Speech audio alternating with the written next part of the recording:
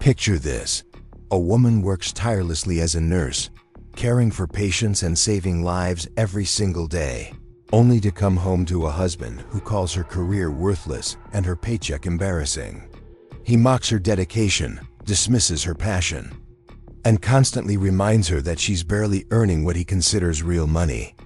But in less than 24 hours, everything changed when a phone call revealed she had inherited something that would make her husband's jaw drop and force him to confront the truth about who he really married. This is Rebecca's incredible story of how one devastating conversation with her husband led to a discovery that transformed her entire life. Before we jump back in, tell us where you're tuning in from, and if this story touches you, make sure you're subscribed, because tomorrow I've saved something extra special for you. Rebecca Chen had always believed that love meant supporting each other's dreams, but as she fumbled for her keys outside the small two-bedroom apartment she shared with her husband Michael in downtown Seattle, she wondered when that support had turned into something else entirely. The October rain drizzled steadily against her windshield as she sat in her 10-year-old Honda Civic, still wearing the pale blue scrubs that marked her as a registered nurse at Pacific Northwest Medical Center. Her shift had ended 30 minutes ago, but she found herself reluctant to go inside, knowing what waited for her. Through the thin walls of their apartment complex, she could hear the familiar sound of Michael's voice rising and falling in animated conversation. He was probably on another work call, discussing marketing strategies and client retention with the same enthusiasm he used to reserve for conversations with her. Rebecca remembered when he would light up talking about her nursing school achievements, when he would brag to friends about her acceptance into the accelerated program, when he would massage her tired feet after her clinical rotations. Those days felt like they belonged to someone else's marriage.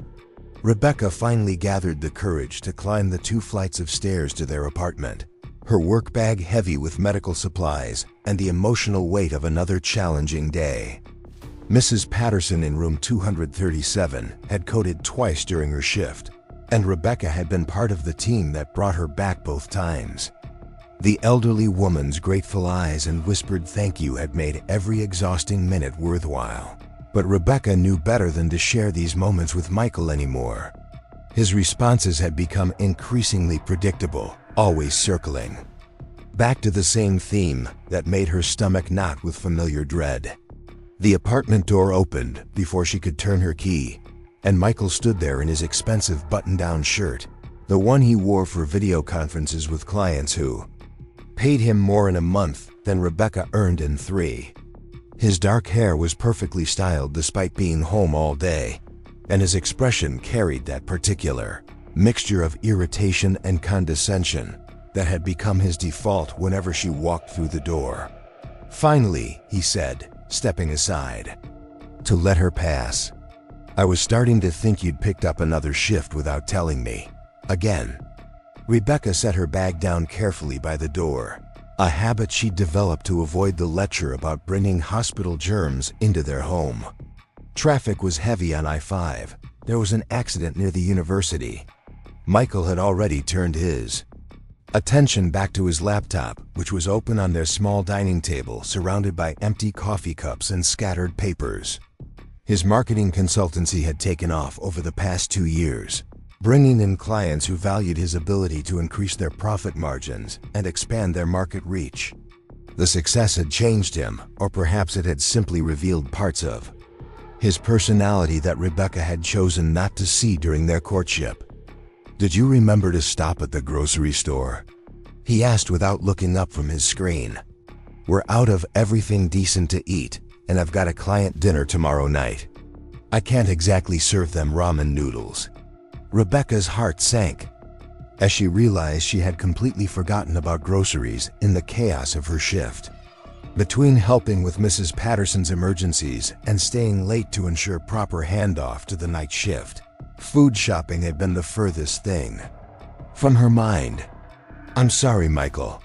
It was such a crazy day at the hospital, and let me guess," Michael interrupted, his fingers pausing over his keyboard.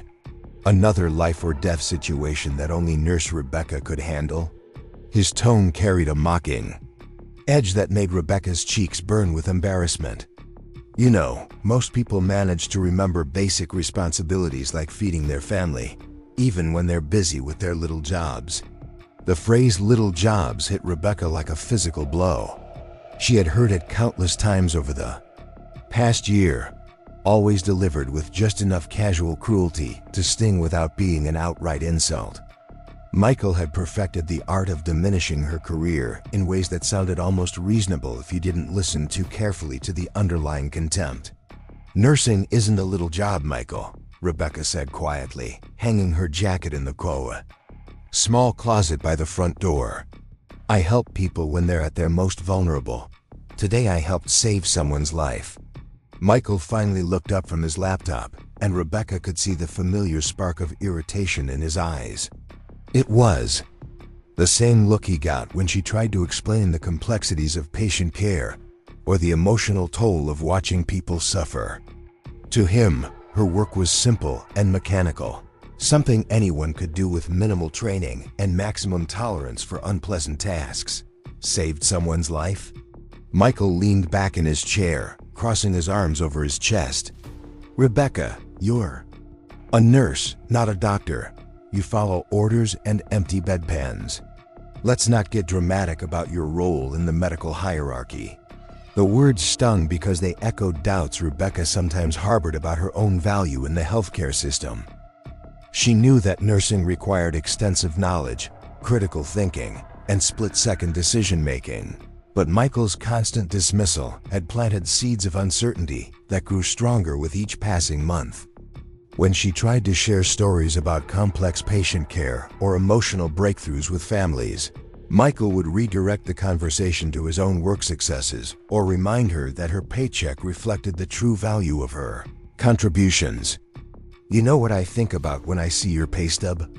Michael continued, his voice taking on the patient tone he used when explaining marketing concepts to clients he considered intellectually inferior. "I think about how much potential you're wasting. You're smart, Rebecca. You could be doing something that actually pays well, something that uses your brain instead of just your back." Rebecca felt the familiar tightness in her chest that came whenever Michael started one of his speeches about her career choices. She had heard variations of this conversation dozens of times, and she knew it would follow the same pattern.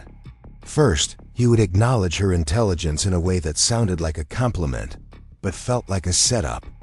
Then he would contrast her current situation with imaginary alternatives that would earn more money and gain more respect.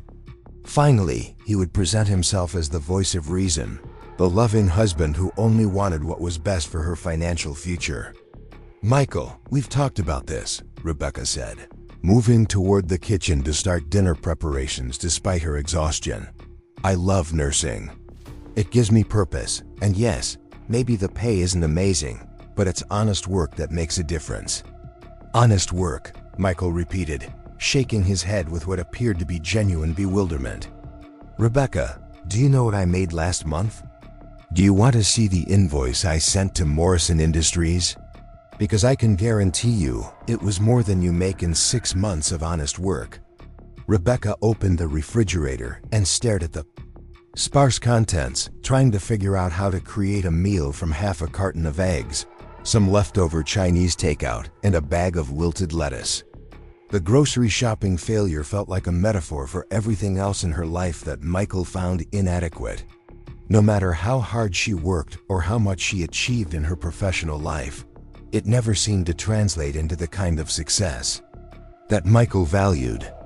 "I know you make good money," Rebecca said carefully, pulling out the eggs and setting them on the counter. "I'm proud of your business success. But that doesn't mean my work is worthless."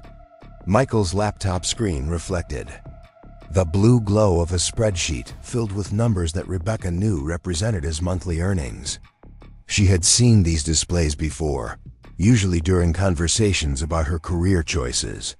Michael had a way of casually mentioning his income whenever he wanted to emphasize the gap between their professional achievements, and Rebecca had learned to recognize the signs of an approaching lecture about financial responsibility and career advancement. "I never said your work was worthless," Michael replied, though his tone suggested otherwise. "I'm saying it's not sustainable. We can't build a future on a nurse's salary, Rebecca. We can't buy a house, we can't have kids, we can't do any of the things normal couples do because you're determined to stick with a job that barely pays above minimum wage." The minimum wage comment was Michael's favorite weapon, deployed whenever he wanted to end a conversation about Rebecca's career. Satisfaction. It wasn't technically accurate. Registered nurses in Seattle earned well above minimum wage. Michael had a way of making her salary sound pathetic when compared to his consulting fees. Rebecca had stopped correcting him because she knew. He understood the real numbers. The distortion was intentional, designed to make her feel small and unrealistic about her professional choices. Rebecca cracked eggs into a bowl and tried to focus on the simple task of making scrambled eggs, but Michael's words echoed in her mind. The minimum wage accusation hurt because it dismissed years of education, training, and professional development. Rebecca had worked hard to earn her nursing degree, had passed the NCLEX examination on her first attempt, and had built a reputation at Pacific Northwest Medical Center as a competent and compassionate caregiver. Her colleagues respected her clinical judgment, her patients trusted her expertise, and her supervisors regularly praised her performance reviews. "You know what Dr. Williams told me yesterday?" Rebecca said, attempting to inject some positivity into the conversation. "He said I have excellent assessment skills, and that he trusts my judgment more than nurses with twice my experience." Michael glanced up from his laptop with an expression that mixed boredom with mild annoyance. "Dr. Williams? The one who looks like he's about 90 years old?" Rebecca, getting a pat on the head from some ancient doctor doesn't change the fundamental economics of your career choice. The dismissal was swift and brutal, delivered with the casual cruelty that had become Michael's signature approach to conversations about Rebecca's work life. She had learned not to share her professional victories because Michael had an unlimited capacity for minimizing her achievements while inflating the importance of his own business successes. Every client meeting became a dramatic negotiation. Every successful campaign became a testament to his strategic brilliance. Every payment received became evidence of his superior understanding of market dynamics. Rebecca turned her attention to cooking, whisking the eggs with more force than necessary while Michael returned to his laptop and resumed typing. The sound of his fingers hitting the keys filled the silence between them, punctuated by occasional sighs and muttered comments about client demands and project deadlines. Rebecca had once found his work ethic attractive, but now it felt like a constant reminder of the gap between his professional importance and her supposed mediocrity. Preparing and narrating this story took us a lot of time, so if you are enjoying it, subscribe to our channel. It means a lot to us. Now back to the story. The apartment felt smaller than usual as Rebecca moved between the stove and the counter, preparing a simple dinner while Michael continued working at the table. Their conversations had become increasingly one-sided over the past year, with Michael dominating discussions about career goals, financial planning, and future aspirations. Rebecca's attempts to contribute were met with polite tolerance at best and outright dismissal at worst, leaving her feeling like a supporting character in her own marriage. As she plated the scrambled eggs and toast, Rebecca found herself thinking about the path that had led her to nursing. She had always been drawn to healthcare, fascinated by the human body's resilience and motivated by opportunities to ease suffering and promote healing. Her decision to pursue nursing had been based on genuine passion rather than financial considerations, and she had never regretted the choice until Michael began his campaign to convince her otherwise. "Dinner's ready," Rebecca called softly, setting 2 plates on the table and moving Michael's laptop to make room for the meal. Michael looked at the simple dinner with an expression that managed to convey both gratitude and disappointment. "Thanks," he said, closing his laptop and setting it aside. "This looks adequate." The word adequate hung in the air between them, another small cut in the death of 1,000 cuts that their marriage had become.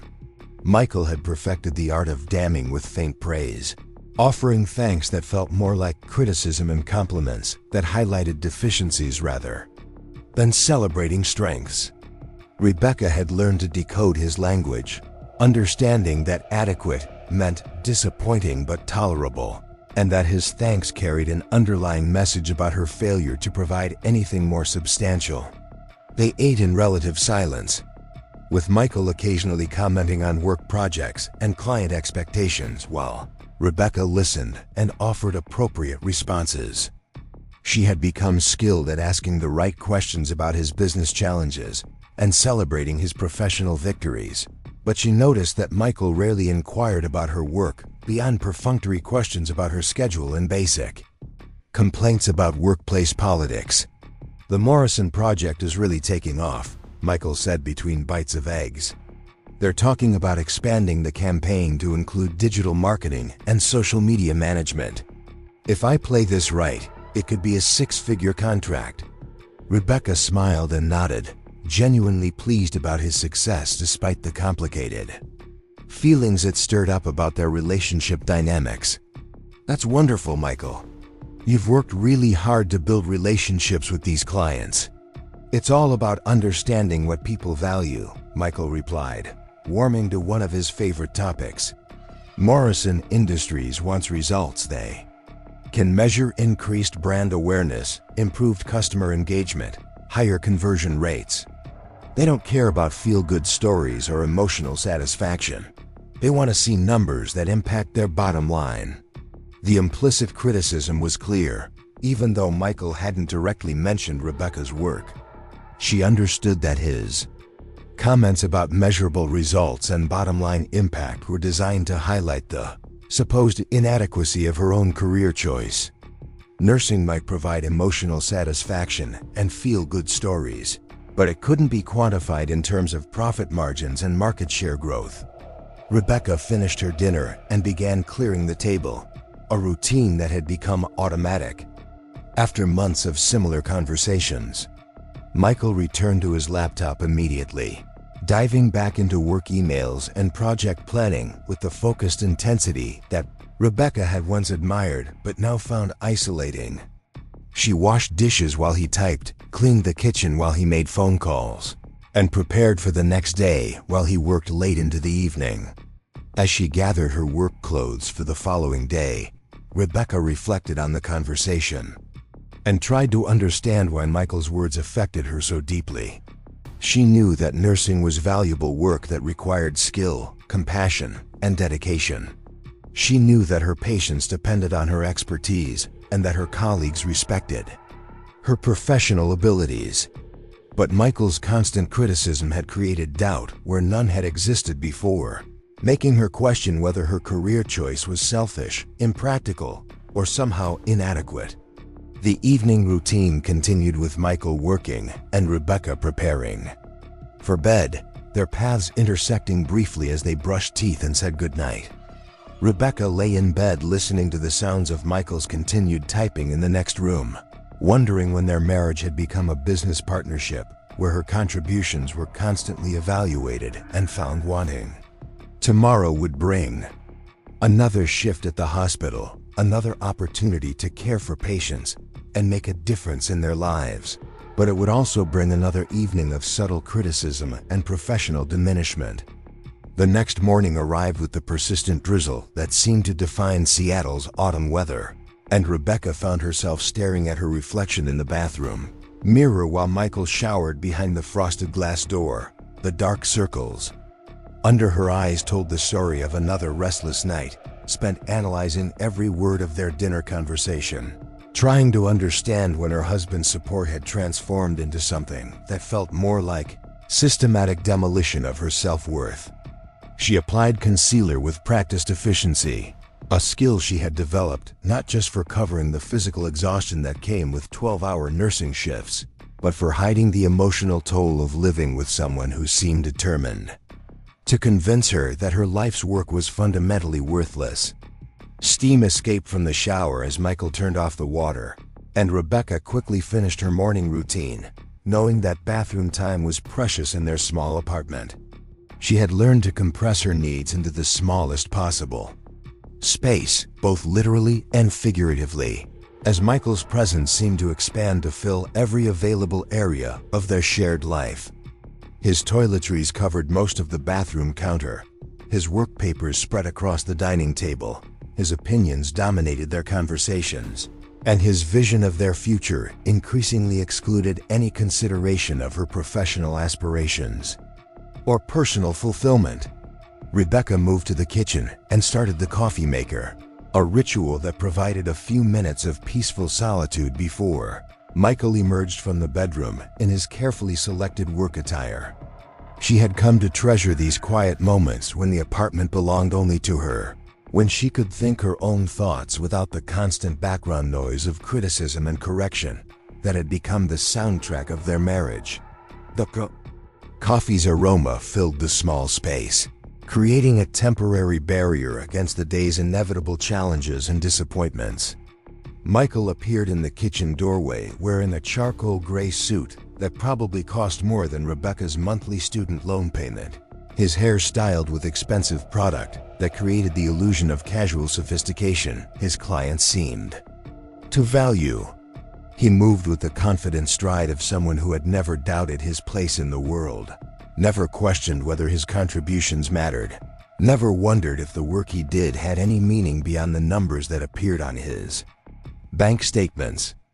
"Big day today," Michael announced, reaching for the coffee mug that Rebecca had already prepared for him, complete with the precise amount of cream and sugar he preferred. Morrison Industries wants to meet about expanding the digital marketing component of their campaign. If this goes well, we're looking at a contract that could set us up for the next 2 years. Rebecca noticed Michael's use of the word us and wondered what role she played in his vision of their financial future. Her own contributions seemed to exist only as obstacles to overcome or limitations to work around, never as genuine assets that might help build the life they supposedly wanted together. She poured her own coffee and added a splash of the generic creamer they bought because Michael considered name brand products an unnecessary expense for anything he didn't personally consume. "That sounds promising," Rebecca said, searching for the appropriate level of enthusiasm that would satisfy Michael's need for validation without sounding forced or insincere. "You've been working toward this opportunity for months." Michael's expression brightened with the self-satisfied glow that appeared whenever he discussed his professional achievements. Rebecca had learned to recognize this look and provide the supporting commentary that kept Michael's mood stable and their morning routine on track. She understood that her role in these conversations was to ask the right questions, offer appropriate praise, and avoid any topics that might remind Michael of her own work responsibilities or career aspirations. "The key is demonstrating value. That goes beyond traditional marketing metrics," Michael continued, settling into his familiar lecture mode. "These companies want partners who understand the complete business ecosystem, not just vendors who deliver isolated services. They need someone who can think strategically about brand positioning and market penetration." Rebecca nodded and made agreeable noises while mentally preparing for her own workday, which would begin with a patient assignment meeting and include caring for individuals whose names and stories Michael had made clear he found tedious and irrelevant. She thought about Mrs. Patterson, who would likely still be in the cardiac unit recovering from yesterday's episodes, and Mr. Rodriguez, whose family had been maintaining a bedside vigil while he battled complications from emergency surgery. These people's lives had become intertwined with Rebecca's in ways that Michael couldn't comprehend or appreciate, creating bonds that transcended simple economic transactions. "You know what the real difference is between what I do and what most people do?" Michael asked, though the question was clearly rhetorical. "I create value that didn't exist before. When I finish a project, there's something measurable and lasting that proves the work mattered. Companies are more profitable. Brands are more recognizable. Markets are more penetrated. It's not just busy work or maintenance. It's creation. The implicit comparison stung because Rebecca understood that Michael was positioning his work as creative and valuable, while characterizing hers as repetitive maintenance. Busy work that any reasonably competent person could perform with minimal training. This narrative had become increasingly prominent in their conversations, with Michael constantly emphasizing the strategic complexity of his consulting work while reducing nursing to basic, custodial care that happened to occur in a medical setting. Rebecca finished her coffee and began gathering her work bag, checking that she had everything needed for another demanding shift at Pacific Northwest Medical Center. Her stethoscope hung around her neck like a badge of professional identity, though Michael had once described it as medical jewelry that makes you feel important. She carried emergency medications, assessment tools, and reference materials that reflected years of education and experience. But Michael saw only props that supported her elaborate performance of professional competence. "What time will you be home tonight?" Michael asked, already turning his attention to his laptop and the day's first round of emails. "I might need to work late on the Morrison presentation, so don't wait up if you don't see me." Rebecca paused at the door, struck by the casual way Michael had dismissed her evening plans without bothering to ask if she had any. He assumed that her time outside of work belonged to him by default, that her schedule existed primarily to accommodate his professional needs and personal preferences. The possibility that she might have her own plans, her own needs, or her own priorities seemed never to occur to him. Or perhaps it occurred to him and he simply didn't consider it relevant to his decision-making process. "I'll probably be home around 8, Rebecca said, though she knew that Michael's request not to wait up meant that her evening would be spent alone regardless of what time she finished her shift.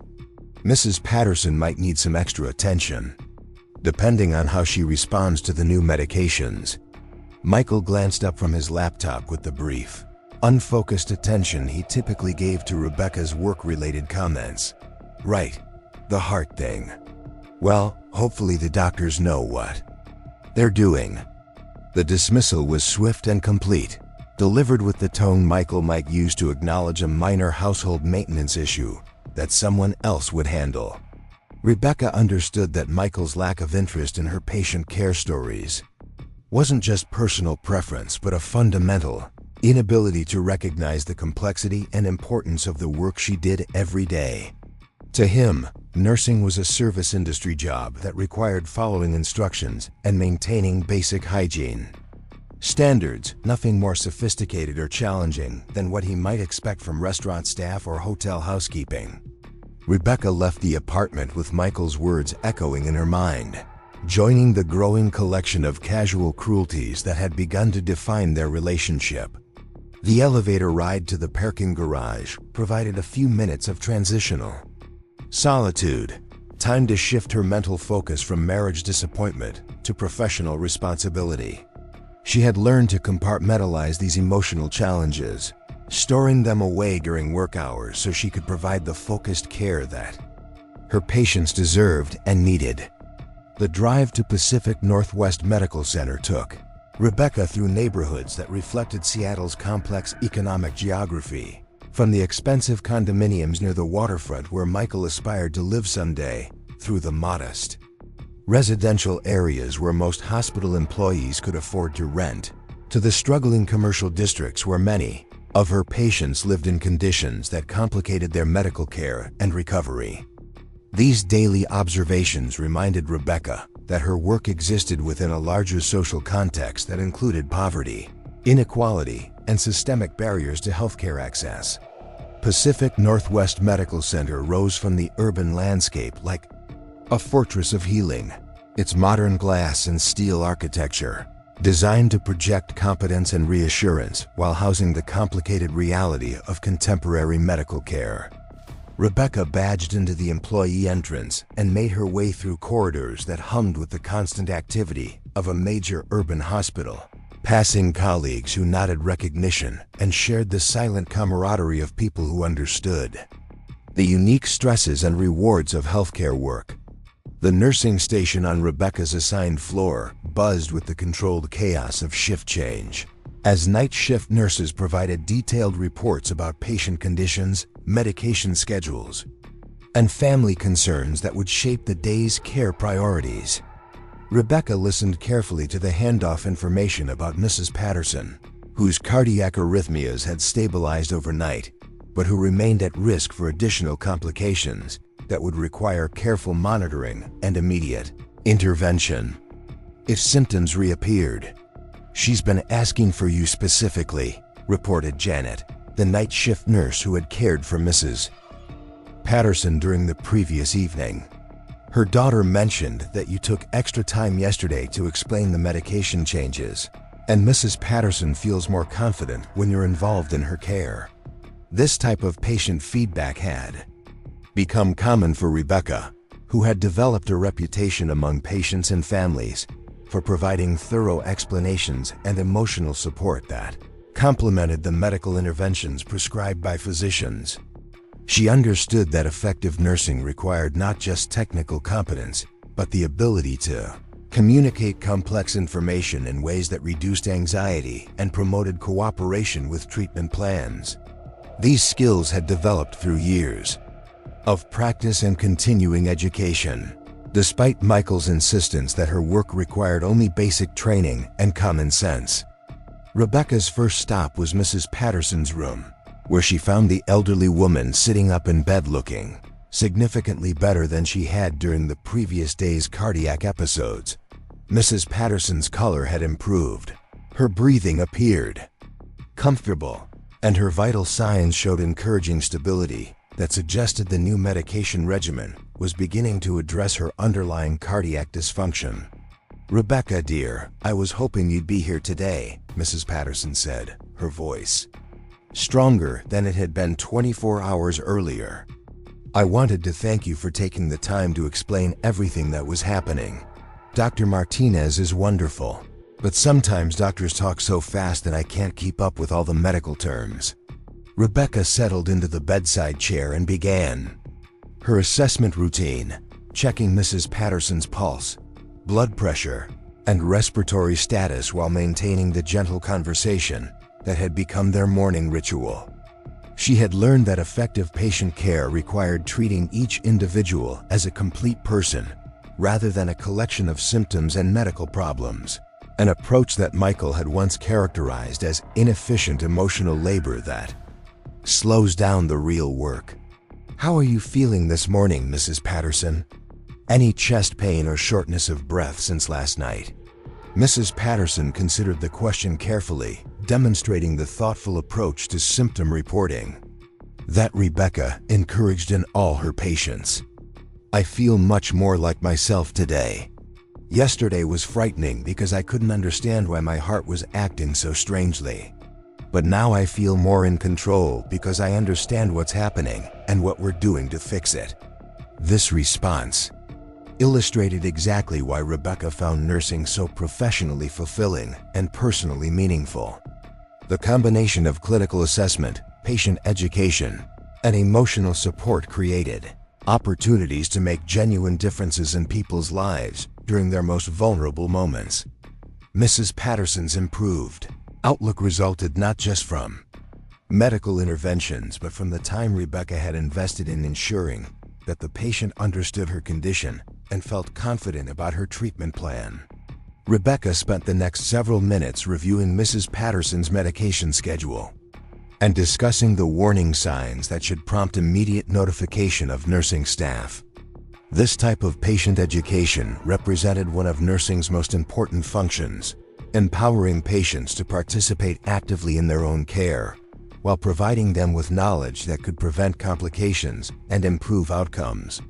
Conversation required translating complex medical concepts into accessible language, while maintaining accuracy and avoiding oversimplification that might lead to misunderstanding.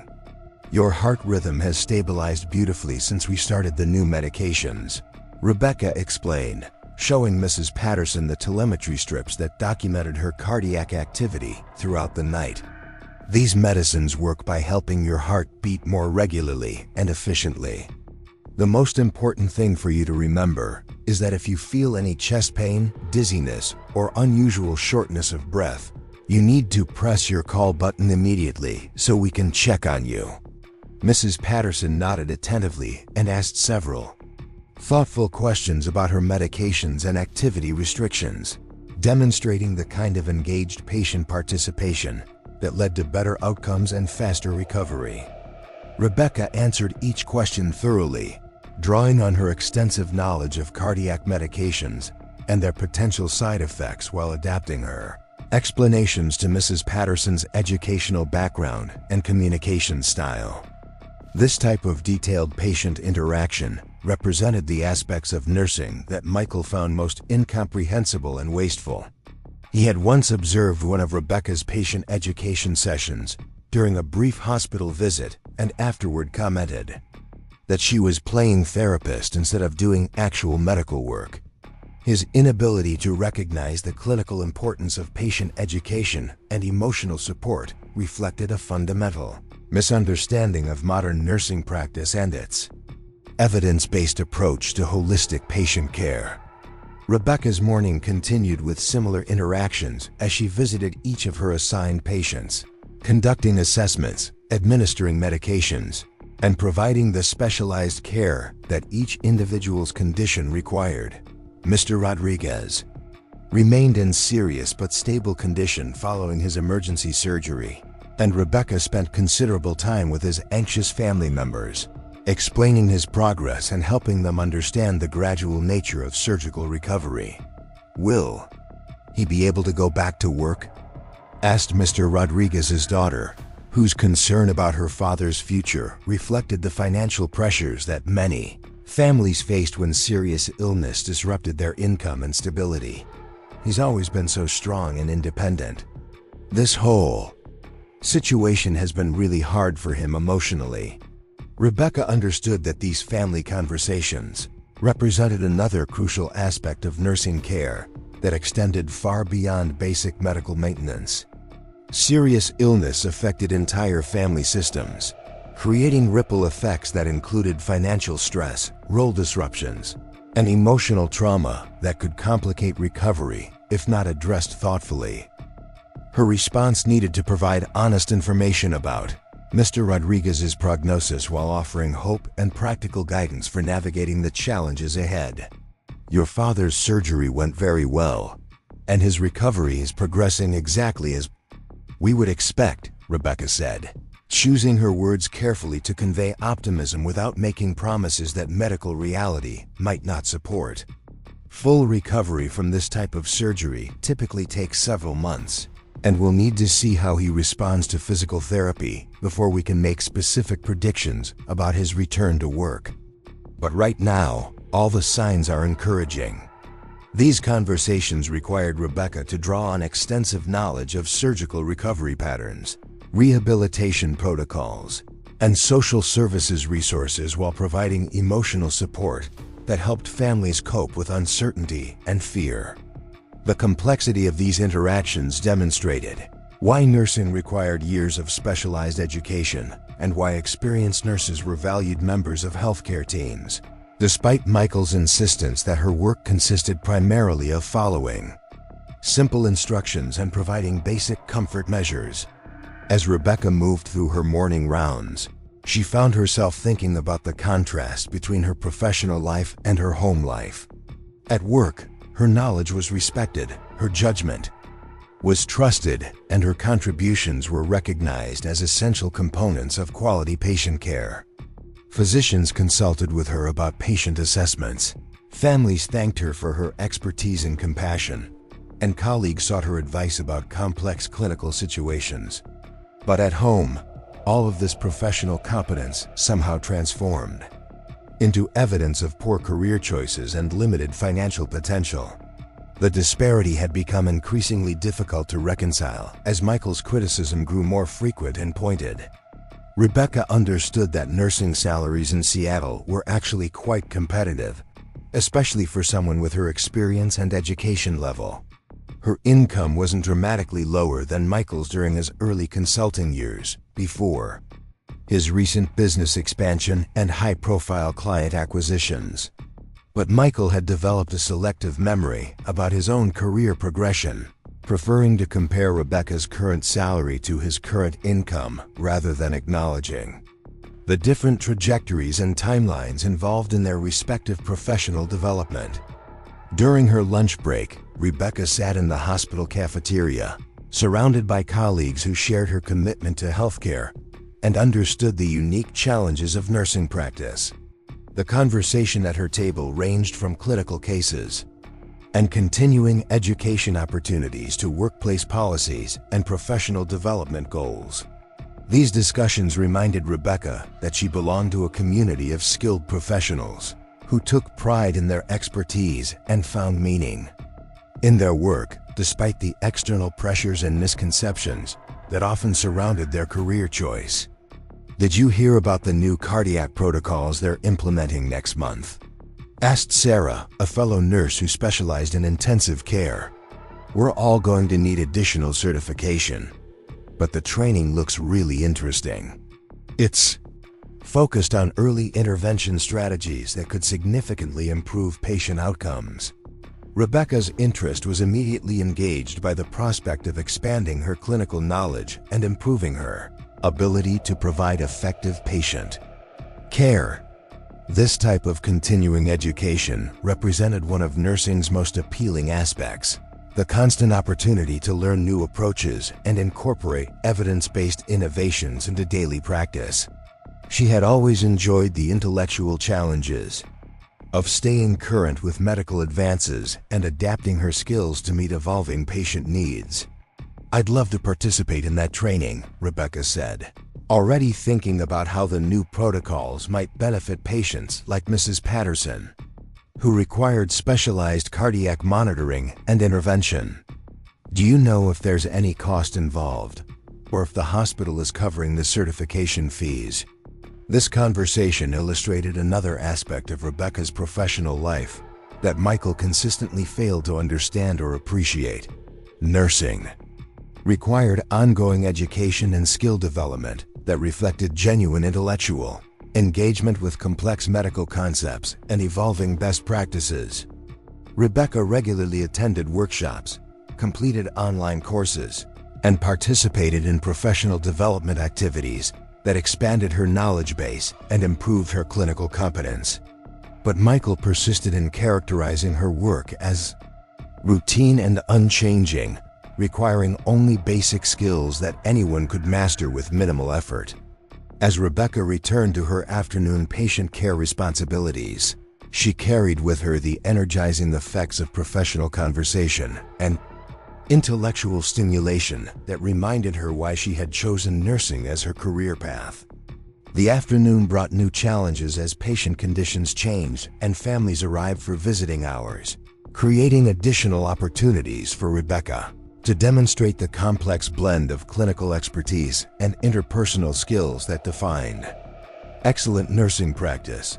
Mrs. Patterson's daughter arrived during afternoon visiting hours, clearly anxious about her mother's condition and prognosis despite the morning's encouraging developments. Rebecca spent considerable time with both women, reviewing the treatment plan and addressing concerns that had developed since the previous day's crisis. This type of family support required patience, empathy, and the ability to communicate complex medical information in ways that reduced rather than increased anxiety levels. "I keep worrying that her heart might stop again," Mrs. Patterson's daughter confided. "Yesterday was so terrifying, and I don't understand enough about heart problems to know what we should expect." Rebecca recognized this type of anticipatory anxiety as a normal response to medical crisis that could actually interfere with recovery if not addressed appropriately. Her response needed to acknowledge the daughter's fears while providing factual information that would reduce rather than increase worry about future complications. "It's completely natural to feel worried after such a frightening experience," Rebecca said, settling into a conversation that would require her full attention and considerable clinical knowledge. "Let me explain exactly what happened yesterday. and why today's improvements give us good reason to feel optimistic about your mother's recovery. Rebecca was adjusting Mrs. Patterson's Ford drip when her phone buzzed insistently from her scrub's pocket. Hospital policy generally discouraged personal phone calls during patient care hours, but the persistence of the vibration suggested something that might require immediate attention. She glanced at Mrs. Patterson, who was resting comfortably after their afternoon conversation about cardiac recovery, and quietly stepped into the hallway to check her phone. The caller ID displayed a number she didn't recognize, with a Seattle area code that could have belonged to anyone from a medical supplier to a telemarketer. Rebecca almost declined the call, but something about the timing felt significant in a way she couldn't explain.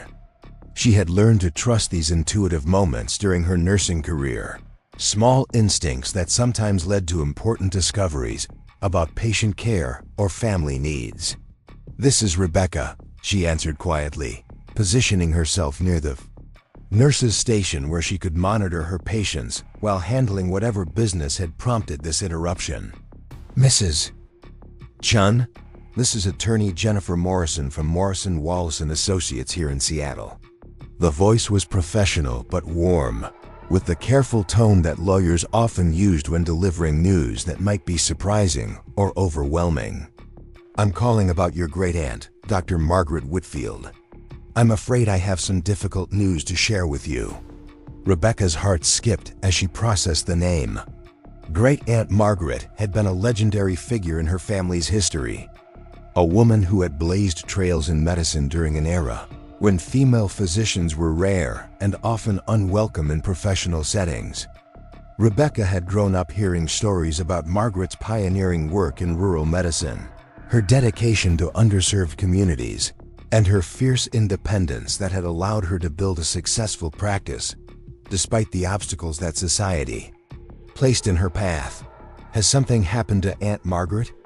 Rebecca asked, though the attorney's tone had already suggested the nature of the news she was about to receive. "I'm sorry to tell you that Dr. Whitfield passed away peacefully last week at her home in Bellingham," Attorney Morrison said gently. She had been in declining health for several months, but she remained mentally sharp and actively involved in planning her estate until the very end. Rebecca felt a wave of sadness wash over her as she absorbed this information. She hadn't spoken to Margaret in several years, a fact that now filled her with regret and guilt about the busy pace of life that had prevented her from maintaining closer contact with this remarkable woman who had served as an inspiration during Rebecca's own journey into healthcare.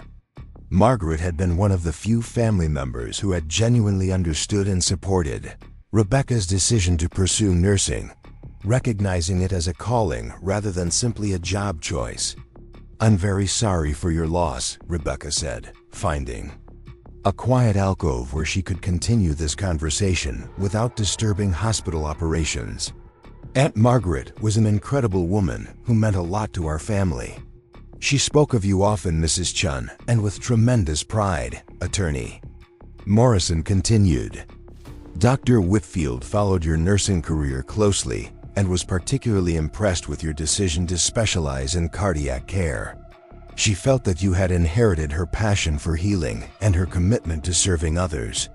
This revelation surprised Rebecca because she hadn't realized that Margaret had been keeping track of her professional development. Their family connections had been maintained primarily through holiday cards and occasional phone calls, brief communications that hadn't allowed for detailed discussions about career paths or personal aspirations. The knowledge that Margaret had been proud of her nursing work provided a warm counterpoint to the constant criticism she received at home. "There's another reason I'm calling, Mrs. Chen," Attorney Morrison said, her tone shifting to indicate that the conversation was about to take an unexpected direction. "Dr. Whitfield left specific instructions in her will regarding her medical practice and personal estate. She has named you as the primary beneficiary of her property and professional assets." Rebecca's hand tightened around her phone as she tried to process what the attorney had just told her. The words seemed to hang in the air around her, creating a surreal moment that felt disconnected from the familiar hospital environment, where she had been going about her normal work routine just moments before. "I'm sorry, could you repeat that?" Rebecca asked, certain that she had misunderstood something crucial about the attorney's statement. "Dr. Whitfield has left you her medical practice in Bellingham, including the clinic building, all medical equipment, patient records, and associated property," Attorney Morrison explained patiently. "The practice has been serving the North Whatcom County community for over 30 years and maintains an active patient base of approximately 2,000 individuals." Rebecca leaned against the hospital wall, struggling to comprehend the magnitude of what she was hearing. A complete medical practice represented not just property and equipment, but an entire professional legacy that Margaret had built through decades of dedicated service to her community.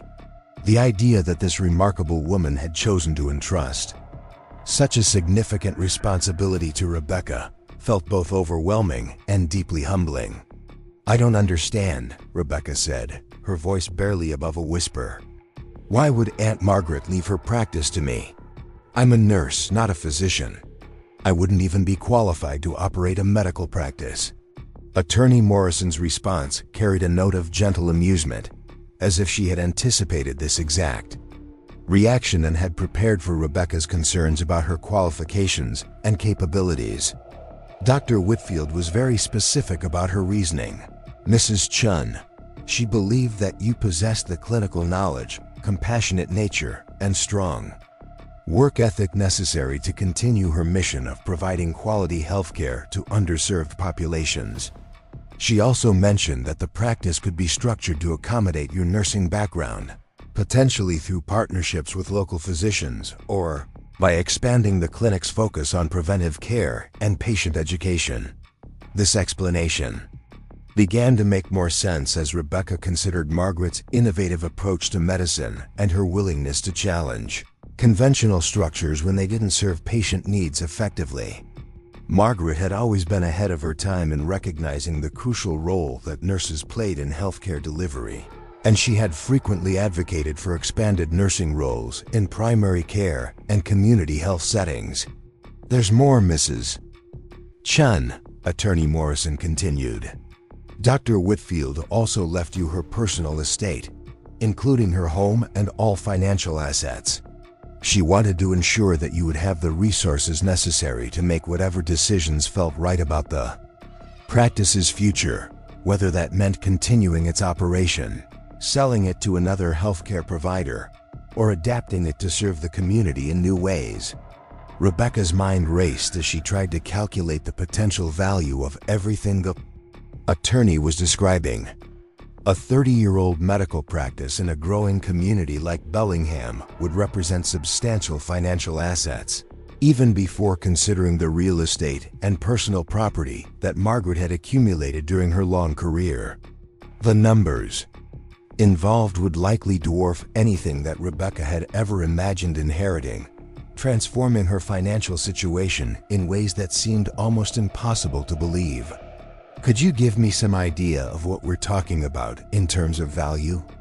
Rebecca asked, feeling somewhat embarrassed by the practical nature of her question, but recognizing that she needed concrete information to understand the full scope of Margaret's bequest. The practice valuation that Dr. Whitfield commissioned last year estimated the total value at approximately $1.8 million. Attorney Morrison said matter-of-factly. "That includes the clinic building, which sits on 2 acres of prime real estate near the hospital district, all medical equipment and furnishings, established patient contracts with local insurance providers, and goodwill value associated with Dr. Whitfield's reputation in the community." Rebecca felt her knees weaken as she absorbed this information. The amount was so far beyond anything she had ever imagined that it seemed almost abstract, like numbers from a news story about lottery winners or corporate acquisitions, rather than something that could actually affect her personal life. The idea that she, a nurse earning a modest salary and constantly reminded of her limited financial prospects, could suddenly inherit assets worth nearly $2 million seemed to belong in some alternate reality. The personal estate adds approximately another $400,000. Attorney Morrison continued, apparently unaware of the seismic impact her words were having on Rebecca's understanding of her life circumstances. Dr. Whitfield was quite frugal in her personal spending, but very wise in her investments over the years. She accumulated substantial savings and owns her home outright, along with some valuable collectibles and medical memorabilia. Rebecca found herself sliding down the hospital wall until she was sitting on the floor, her legs no longer capable of supporting her weight as the full implications of Margaret's gift began to penetrate her consciousness. She was inheriting not just money or property, but an entire professional legacy that represented decades of Margaret's life work and community service. "Mrs. Chen, are you still there?" Attorney Morrison asked with concern in her voice. "Yes, I'm here," Rebecca managed to say, though her voice sounded strange and distant even to her own ears. "I'm just trying to process everything you've told me. This is completely unexpected." "I understand that this news comes as quite a shock," Attorney Morrison said sympathetically. "Dr. Whitfield anticipated that you might need time to consider your options and make thoughtful decisions about how to proceed." She left detailed instructions about the practice's current operations and financial situation, along with contact information for key staff members and community partners who could help you understand the full scope of what she's entrusted to you. Rebecca tried to focus on the practical aspects of what the attorney was telling her, but her mind kept returning to the staggering reality of inheriting nearly $2 million worth of assets from a woman who had quietly followed her career and believed in her potential. The contrast between Margaret's confidence in her abilities and Michael's constant criticism felt stark and emotionally overwhelming. "When would I need to make decisions about the practice?" Rebecca asked, trying to establish some timeline that might help her organize her thoughts and figure out how to proceed with such a life-changing opportunity. "There's no immediate rush, Mrs. Chen. The practice is currently being managed by Dr. Whitfield's longtime nurse practitioner, Patricia Stevenson, who has agreed to maintain operations for up to 6 months while you decide how you'd like to proceed. This arrangement gives you time to visit the facility, meet the staff, review the financial records, and explore your options without feeling pressured to make hasty decisions." This information provided some relief from the overwhelming nature of the inheritance, giving Rebecca permission to take time and approach such a significant decision thoughtfully rather than reactively. She appreciated Margaret's wisdom in structuring the transition to minimize disruption to patient care while allowing Rebecca the space she would need to understand her new responsibilities and opportunities. "I'll need to schedule a time to come to your office and review all the documentation," Rebecca said, trying to impose some practical structure on a situation that felt completely surreal. "And I'll probably want to visit the practice in Bellingham to see everything firsthand." "Of course, Mrs. Chen. I'll arrange for you to receive copies of all relevant documents, including the will, practice valuation, financial statements, and Dr. Whitfield's personal letter explaining her wishes for the practice's future. When would be convenient for you to come in?" Rebecca considered her work schedule and realized that this conversation was taking place during a shift that would continue for several more hours. She needed time to finish her patient care responsibilities and process what she had learned before making any concrete plans about meetings or site visits. "Could we schedule something for later this week?" Rebecca asked. "I need to arrange coverage for my nursing shifts and figure out how to handle this news appropriately." "Absolutely. How about Friday afternoon around 2 o'clock? That would give you time to review the preliminary documents. I'll send over and prepare any questions you might have about the inheritance or your options for the practice's future." Rebecca agreed to the Friday appointment and provided her email address for the documents Attorney Morrison would send. As the call ended, she remained sitting on the hospital floor, staring at her phone and trying to comprehend how completely her life circumstances had changed in the span of a single conversation. The inheritance represented not just financial security but professional validation from someone whose opinion carried the weight of decades of medical experience and community service. The afternoon shift continued around her as Rebecca slowly stood up and returned to her patient care responsibilities. But everything felt different now. The familiar routines of medication administration, patient assessment, and family communication took on a surreal quality as she moved through tasks while her mind processed the knowledge that she now owned a medical practice worth nearly $2 million. Mrs. Patterson noticed Rebecca's distracted state during her evening vital signs check and asked with concern whether everything was all right. Rebecca found herself struggling to maintain her usual professional demeanor while dealing with the emotional impact of Margaret's unexpected gift and the decisions it would require her to make. "I just received some surprising news about a family member," Rebecca said carefully, not wanting to burden her patient with personal information, but needing to acknowledge the obvious change in her emotional state. "Nothing that affects your care, but it's been a bit of a shock." Mrs. Patterson nodded understandingly and reached out to pat Rebecca's hand with the gentle concern that often developed between patients and caregivers during extended hospital stays. "Sometimes life surprises us in ways we never expect. I hope your news turns out to be a blessing, dear." The simple kindness of Mrs. Patterson's response highlighted the genuine connections that made nursing work meaningful, even as Rebecca's mind grappled with the possibility that her nursing career might be about to take a completely different direction. The inheritance offered opportunities that extended far beyond her current hospital position, but it also created uncertainties about how to honor Margaret's legacy while remaining true to her own professional values and personal goals. As Rebecca completed her shift documentation and prepared to leave the hospital, she found herself looking at her work environment with new eyes. The familiar hallways, patient rooms, and nursing stations had been the center of her professional world for years, but Margaret's gift had suddenly opened up possibilities that she had never imagined.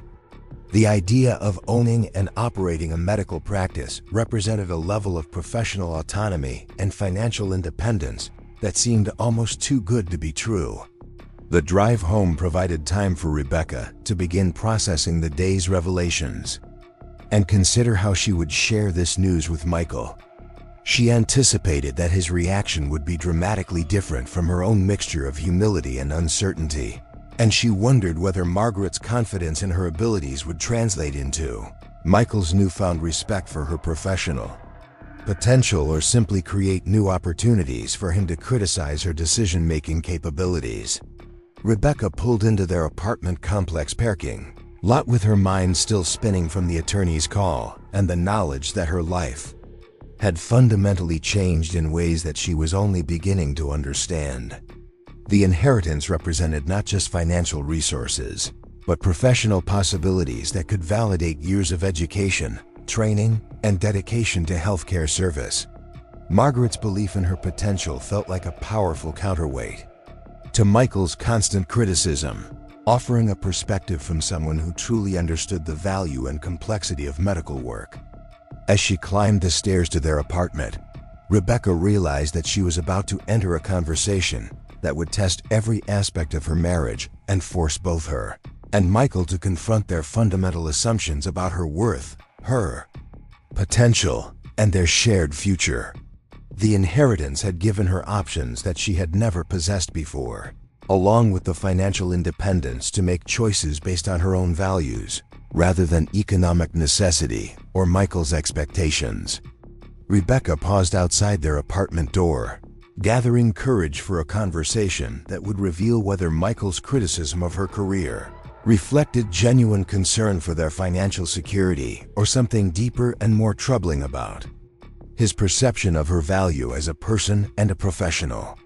Margaret's gift had provided not just money and property, but the opportunity to discover who she really was, when external limitations were removed and genuine choices became possible.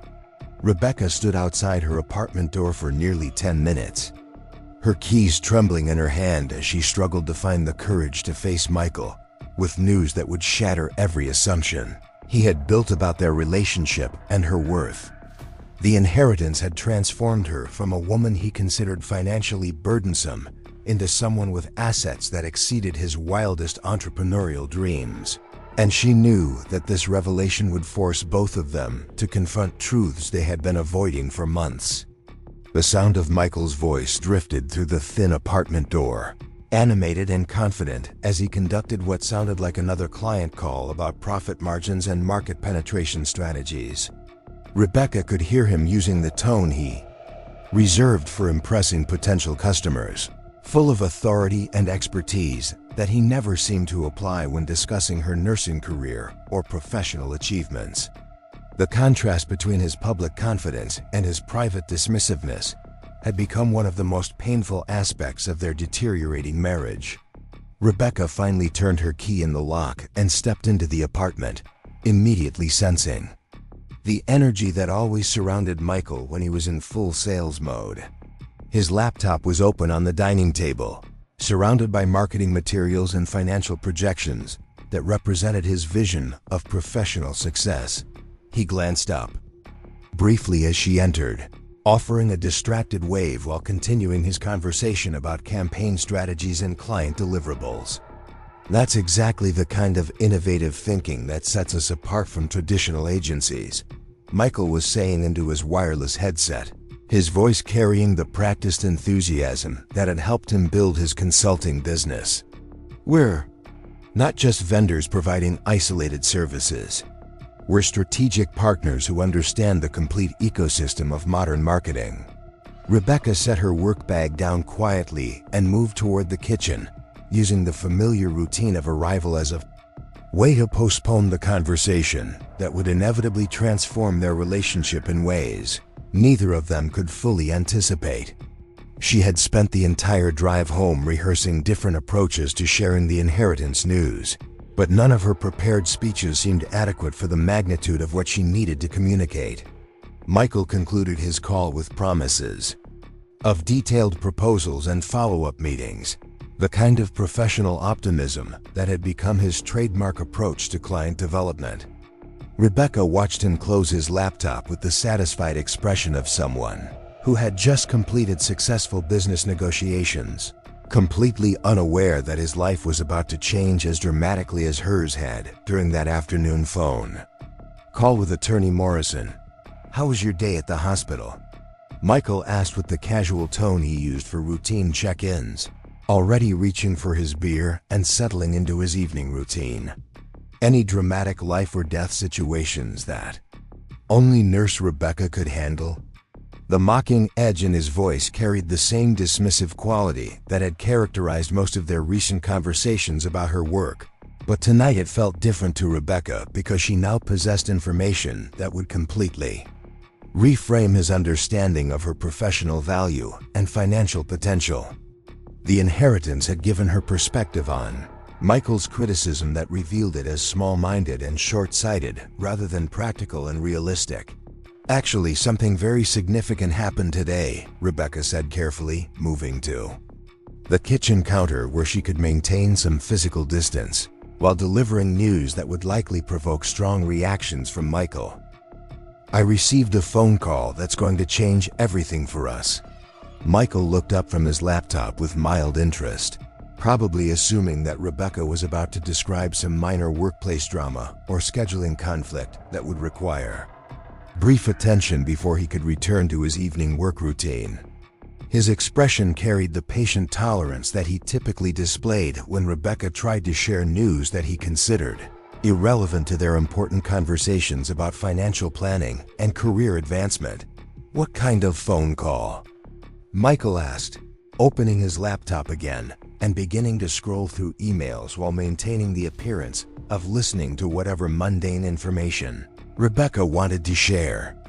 Rebecca took a deep breath and decided to deliver the news directly rather than building up to it gradually. recognizing that Michael's attention span for her personal updates was limited, and that delay would only make the conversation more difficult for both of them. "My great-aunt Margaret died last week," Rebecca said, watching Michael's expression shift from mild interest to polite sympathy. "Her attorney called today to inform me that she left me her medical practice in Bellingham, along with her personal estate." Michael's fingers stopped moving across his keyboard as he processed what Rebecca had just told him. She could see his mind working through the implications, trying to understand why Rebecca's elderly relative would leave her anything significant enough to warrant a phone call from an attorney. "I'm sorry about your aunt," Michael said automatically, then paused as the full meaning of Rebecca's statement began to register. "Wait, she left you what exactly?" Rebecca had anticipated this moment of confusion and had prepared herself to provide the specific details that would help Michael understand the scope of Margaret's bequest and its implications for their financial situation. "She left me Whitfield Family Medicine, which is a complete medical practice that's been serving the Bellingham community for 30 years. Rebecca explained, maintaining eye contact as she watched Michael's expression transform from confusion to disbelief. "The practice includes the clinic building, all medical equipment, patient records, and everything needed to continue operations." Michael's laptop screen dimmed as he stared at Rebecca without responding, his mouth slightly open as he tried to process information that contradicted everything he thought he knew about her family background and financial prospects. Rebecca could see him struggling to reconcile the image of her modest nursing salary with the possibility that she had just inherited substantial business assets. "How much is it worth?" Michael asked bluntly, his marketing instincts immediately focusing on the financial implications rather than the emotional significance of Margaret's gift or its reflection of her confidence in Rebecca's abilities. Rebecca had expected this question and had steeled herself to deliver numbers that she knew would shock Michael and force him to completely reconsider his assumptions about their relationship dynamics and future possibilities. "The practice valuation is approximately $1.8 million, Rebecca said quietly, "plus her personal estate, which adds about another $400,000. Michael's beer bottle slipped from his hand and crashed to the floor, sending glass fragments and liquid across the kitchen tiles as he stared at Rebecca with an expression of absolute astonishment. The sound of breaking glass seemed to punctuate the moment when their relationship shifted permanently, marking the end of the dynamic where Michael held financial authority and Rebecca occupied a subordinate position. $2.2 million? Michael whispered, his voice barely audible as he struggled to comprehend the magnitude of what Rebecca had just told him. "You inherited over $2 million? Rebecca nodded silently, watching Michael's face cycle through emotions that ranged from shock to excitement to something that looked almost like fear as he began to understand how completely this inheritance would transform their circumstances and relationship balance. "This is incredible," Michael said, suddenly animated as he stood up and moved toward Rebecca with an enthusiasm she hadn't seen from him in months. "Do you realize what this means for us? We can pay off everything. Buy that house we looked at. Maybe even expand my consulting business with some real capital investment." Rebecca felt a familiar disappointment as Michael's reaction focused immediately on how the inheritance would benefit his own goals, rather than acknowledging the significance of Margaret's confidence in her abilities or considering what the medical practice might mean for Rebecca's professional development. "Michael, this isn't just money," Rebecca said firmly. "It's a medical practice that serves a community. Aunt Margaret entrusted me with continuing her life's work, not liquidating it for personal profit." Michael's expression shifted as he processed Rebecca's response, and she could see him recalibrating his approach as he realized that she might not automatically agree to convert the inheritance into cash that could fund his business expansion plans. Of course," Michael said quickly, his tone becoming more measured as he recognized the need to handle this conversation carefully. "I understand that this represents your aunt's legacy. But Rebecca, you have to be practical about this situation.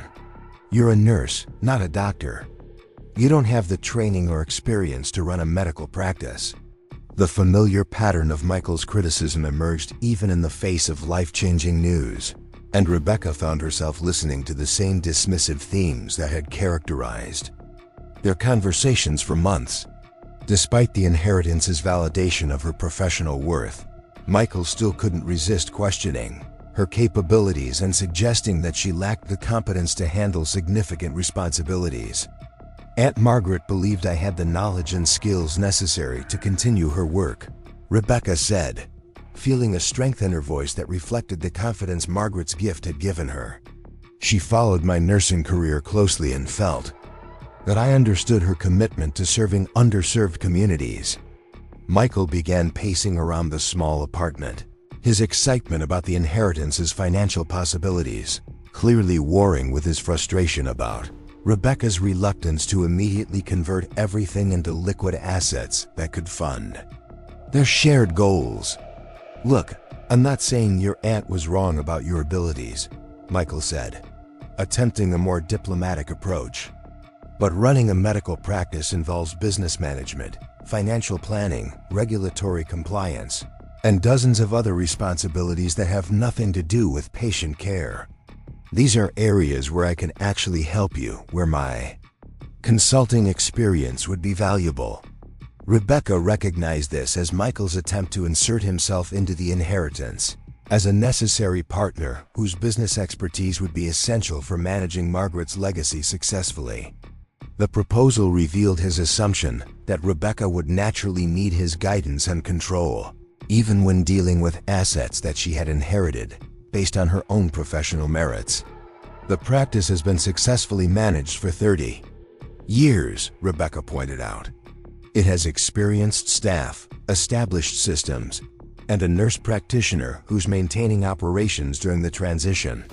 This isn't a startup that needs business consulting. It's an established medical practice that needs someone who understands healthcare and patient care."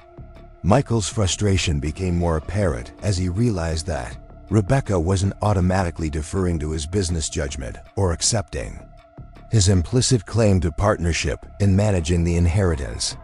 "Rebecca, be realistic about this situation," Michael said, his tone taking on the condescending quality that she had learned to recognize as a warning sign.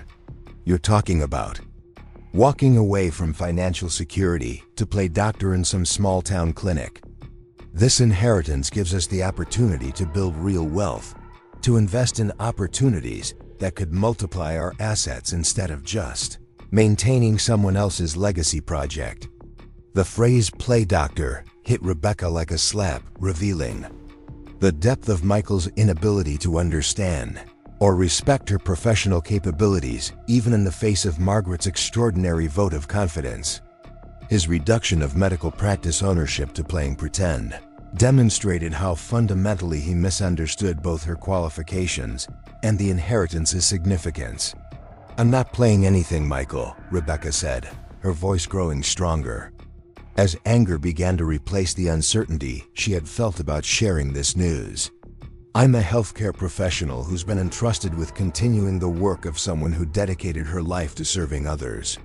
That's not a game or a hobby, it's a responsibility that I'm qualified to handle." Michael's expression hardened as he realized that Rebecca was serious about potentially operating the medical practice rather than simply selling it for maximum financial gain. His excitement about the inheritance's possibilities was clearly being overshadowed by frustration about her refusal to prioritize wealth accumulation over professional fulfillment. "Fine," Michael said, his voice taking on the cold tone that signaled his transition from persuasion to confrontation. "Let's say you decide to keep this practice and try to run it yourself. What happens when you realize you're in over your head? What happens when you make mistakes that cost patients their health or their lives? Are you prepared to take responsibility for that kind of failure?"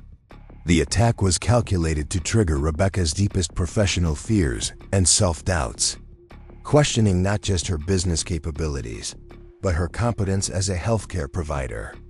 Michael had identified her vulnerability around patient safety and was using it as a weapon to undermine her confidence in Margaret's judgment and her own abilities. "I've been providing safe, effective patient care for years," Rebecca replied, though she could feel Michael's words creating the intended doubt about her readiness for increased responsibility. "My patients trust me, my colleagues respect my judgment, and my great-aunt believed I had the knowledge and character necessary to continue her work." Michael sensed that his criticism was having its intended effect and pressed his advantage. With the ruthless efficiency that had made him successful in business negotiations. "Rebecca, this is exactly what I've been trying to tell you about your career choices," Michael said, his voice carrying the patient tone of someone explaining obvious truths to a confused child. "You're so emotionally invested in nursing that you can't see the practical limitations of what you're qualified to handle. Your aunt may have meant well, but she obviously didn't understand the difference between being a competent nurse and being capable of running a medical business." This attack on Margaret's judgment represented a new level of cruelty that pushed Rebecca past her tolerance for Michael's criticism and manipulation. The idea that he would dismiss the wisdom of a pioneering female physician who had successfully operated a medical practice for decades revealed the depth of his arrogance and contempt for professional achievements that didn't align with his narrow definition of success. Dr. Margaret Whitfield graduated from medical school in 1962, when women made up less than 6% of physician graduates, Rebecca said, her voice shaking with anger. She built a successful practice from nothing, served thousands of patients over 30 years, and earned the respect of her entire professional community. "I think she understood exactly what she was doing when she chose me to continue her legacy."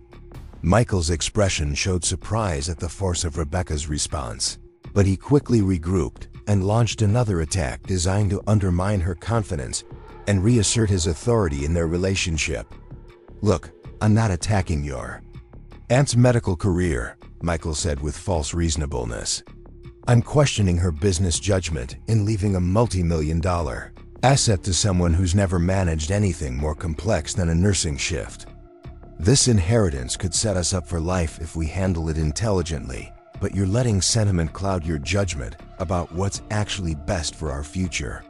Rebecca realized that this conversation had revealed the fundamental incompatibility that had been growing between them for months. Michael saw the inheritance as a financial opportunity that belonged to both of them by virtue of their marriage, while she saw it as a professional calling that Margaret had specifically entrusted to her based on her individual qualifications and character. "This inheritance isn't ours, Michael," Rebecca said with sudden clarity. "It's mine. Aunt Margaret left it to me because she believed in my abilities and trusted my judgment. She didn't leave it to us as a couple, and she certainly didn't leave it to you." The words hung in the air between them as Michael processed the implications of Rebecca's statement. For the first time in their marriage, she was asserting financial independence and rejecting his assumed authority over major decisions that affected their shared future. "What exactly are you saying, Rebecca?" Michael asked, his voice carrying a dangerous edge that she had rarely heard before. "I'm saying that for the first time in years, I have choices," Rebecca replied, feeling a strength and clarity that the past inheritance had given her. "I can continue working as a hospital nurse, or I can move to Bellingham and operate Aunt Margaret's practice, or I can explore other possibilities that I never thought were available to me. But whatever I decide will be my decision based on my values and my professional goals." Michael's face flushed with anger as he realized that Rebecca was not only refusing to prioritize his business interests but actively rejecting his role as the decision-maker in their relationship. "After everything I've done to support your nursing career, this is how you repay me," Michael said, his voice rising with indignation. "By cutting me out of the biggest financial opportunity either of us will ever see?" Rebecca stared at Michael in amazement as she processed his claim about supporting her nursing career. The revisionist history was so blatant and false that it revealed the depth of his self-deception about their relationship dynamics. "Support my nursing career?" Rebecca repeated incredulously. "Michael, you've spent the last year telling me that my work is worthless, that my salary is embarrassing, and that I'm wasting my potential on a minimum wage job. How is any of that supportive?" Michael's expression showed a moment of recognition that his criticism had been heard and remembered, but he quickly shifted to a defensive posture that blamed Rebecca for misunderstanding his motivations. "I was trying to help you see that you could do better," Michael said, his tone becoming pleading rather than angry. "Everything I said was because I believed in your potential and wanted you to aim higher than just being a hospital nurse forever." The explanation was so transparently false that Rebecca felt almost sorry for Michael's inability to acknowledge the cruelty of his behavior, even when confronted with its obvious impact on their relationship. "If you believed in my potential, you would have supported my professional growth instead of constantly undermining my confidence," Rebecca said with calm certainty. "Aunt Margaret saw the same potential you claimed to see, but she responded by trusting me with her life's work, instead of criticizing everything I achieved." Michael made one final attempt to regain control of the conversation and reassert his authority over the inheritance's disposition. "Rebecca, you're making a huge mistake," Michael said with the finality of someone delivering an ultimatum.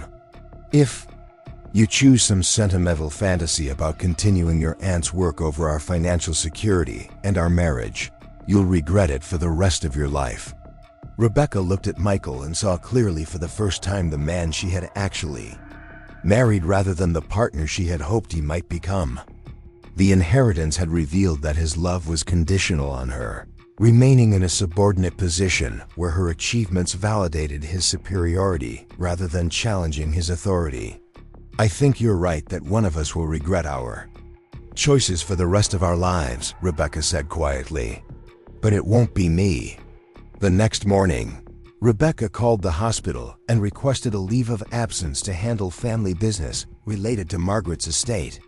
She contacted attorney Morrison and arranged to visit Bellingham immediately to tour the medical practice and meet with the staff, who had maintained Margaret's legacy for decades. Most importantly, she called a locksmith and had the locks changed on their apartment while Michael was out meeting with clients.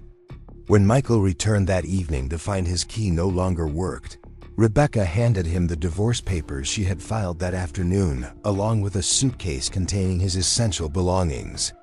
She had moved quickly and decisively, recognizing that the inheritance had given her both the financial resources and the emotional clarity necessary to end a marriage that had become destructive to her professional confidence and personal well-being. "You can't be serious about this," Michael said, staring at the legal documents that formalized the end of their relationship. "You're throwing away our marriage over some inheritance fantasy?" "I'm ending our marriage because I finally understand that you never respected me or believed in my worth as a person," Rebecca replied with calm certainty. "The inheritance just gave me the resources to act on what I should have recognized months ago." 6 months later, Rebecca stood in the reception area of Whitfield Family Medicine, now renamed Whitfield Chen Family Medicine, greeting patients and overseeing the expanded community health programs she had implemented with Margaret's blessing and financial support. The practice had grown under her leadership, adding preventive care services and patient education programs that reflected her nursing background and commitment to holistic healthcare. Patricia Stevenson, the nurse practitioner who had helped maintain the practice during the transition, approached Rebecca with the morning's patient schedule and a smile that reflected the mutual respect that had developed between them during the challenging months of practice expansion and reorganization. "Mrs. Henderson is here for her diabetes follow-up, and she specifically mentioned how much the nutrition counseling program has helped her manage her blood sugar," Patricia said, reviewing the day's appointments. Dr. Walsh from the hospital called to refer another patient for our cardiac rehabilitation program. Word is really spreading about the innovative services we're providing." Rebecca smiled as she reviewed the patient list, recognizing names of individuals and families who had become important parts of her new professional community. The transition from hospital nursing to practice ownership had been challenging but deeply fulfilling, allowing her to combine her clinical expertise with the kind of community engagement that Margaret had pioneered decades earlier. The front door chimed as Mrs. Chen, an elderly patient with no relation despite the shared surname, entered for her monthly hypertension check. Rebecca greeted her warmly and personally escorted her to an examination room, maintaining the personalized care approach that had become the practice's signature under her leadership.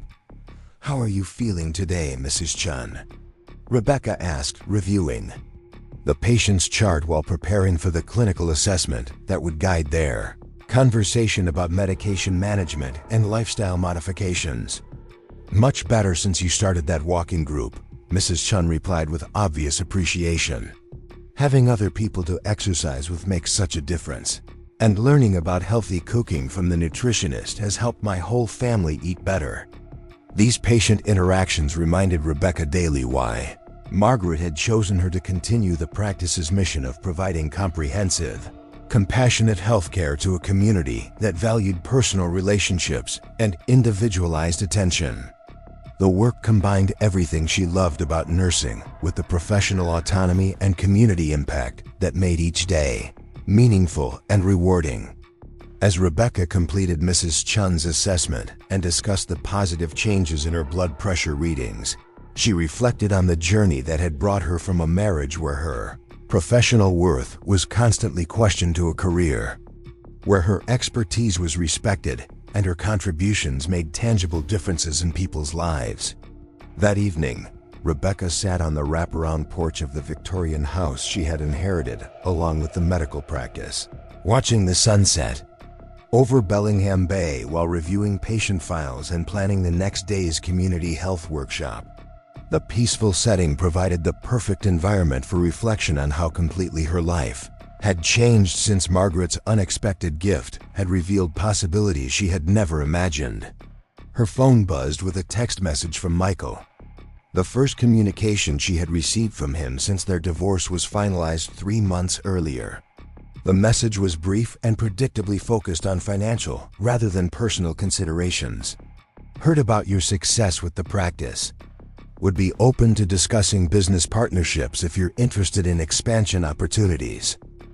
Rebecca deleted the message without responding, recognizing it as Michael's attempt to insert himself into her newfound success, now that it had proven financially viable. The interaction reminded her of the profound relief she felt at no longer having to justify her professional choices to someone who fundamentally misunderstood her values and motivations. As darkness settled over the town, Rebecca gathered her work materials and headed inside the house that had become a true home for the first time in years. Tomorrow would bring new patients, challenging clinical cases, and opportunities to expand the practice's community health initiatives, all of which filled her with anticipation rather than the dread that had characterized her final months of marriage. Margaret's portrait hung in the practice's main hallway, a reminder of the pioneering spirit and dedication to service that Rebecca worked daily to honor and continue. The inheritance had given her not just financial security, but the chance to build a career that reflected her deepest values while serving a community that appreciated her contributions and supported her vision for innovative healthcare delivery. Standing in her kitchen, preparing tea while planning the next day's patient education seminar, Rebecca understood that Margaret's greatest gift hadn't been the money or property, but the confidence to believe in her own worth and the courage to build a life that honored her professional calling rather than accommodating others' limitations and fears. 2 years had passed since Rebecca first walked through the doors of Whitfield Family Medicine as its new owner, and the transformation of both the practice and her own life had exceeded even Margaret's ambitious vision for community healthcare. The morning sun streamed through the enlarged windows of what had once been Margaret's modest clinic, now expanded into a comprehensive healthcare facility that served not just Bellingham but surrounding rural communities that had previously struggled to access quality medical care. Rebecca stood in the central atrium of the renovated building, reviewing architectural plans for the final phase of expansion that would add a dedicated wellness center and community education facility. The blueprints spread across her desk represented months of planning with local contractors, healthcare consultants, and community leaders who had embraced her vision of transforming traditional medical practice into something more holistic and accessible. The soft chime of the front entrance announced the arrival of Dr. Elena Rodriguez, the young family medicine physician who had joined the practice 6 months earlier after completing her residency at Seattle Children's Hospital. Elena's addition to the team had allowed Rebecca to expand services while maintaining the personalized care approach that had become the practice's signature under her leadership. "Good morning, Rebecca," Elena said, her voice carrying the enthusiasm that had made her such a valuable addition to the practice. "I wanted to discuss the community diabetes program before patients start arriving.